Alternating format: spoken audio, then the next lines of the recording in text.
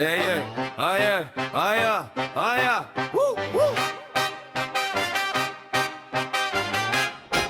Škoda i se mare pusi jaja.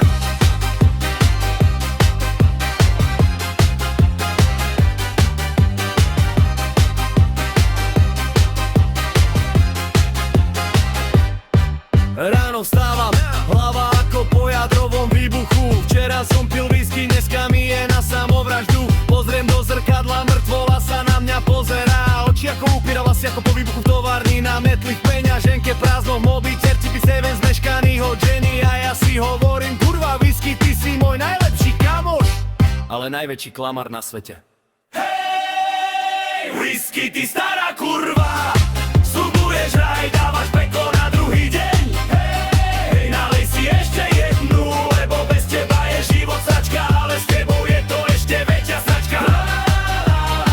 Opiť sa mardu si, ale zabudnem na otázku aj na odpoveď. Kamoši volajú, poď von, ideme na whisky tour. Ja vravím, chlapi, ja už mám dosť, idem spať, ale o 2 minúty som v krčme, objednávam double s úsmevom debila a s plánom dobiť svet. Žena balí kufre, deti sa ma boja, šéf mi volá, že som vyhodený a ja jej vravím, láska, whisky nie je odpoveď. Ale aspoň mi povie, že na otázky sa vysrať. Hej, whisky, ty stará kurva, slubuješ raj, dávaš peklo na druhý deň. Hej, nalej si ešte jednu, lebo bez teba je život sračka, ale s tebou je to ešte väčšia sračka. Opiť sa mardu si, ale zabudnem na všetko, aj na seba.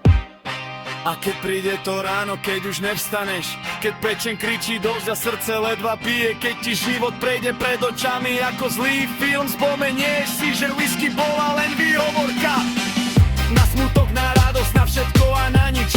Tak brácho, sestra, počúvaj starého opilca. Alkohol nie je odpoveď, nie je ani liek, je to len pomalá samovražda s hudbou pozadí.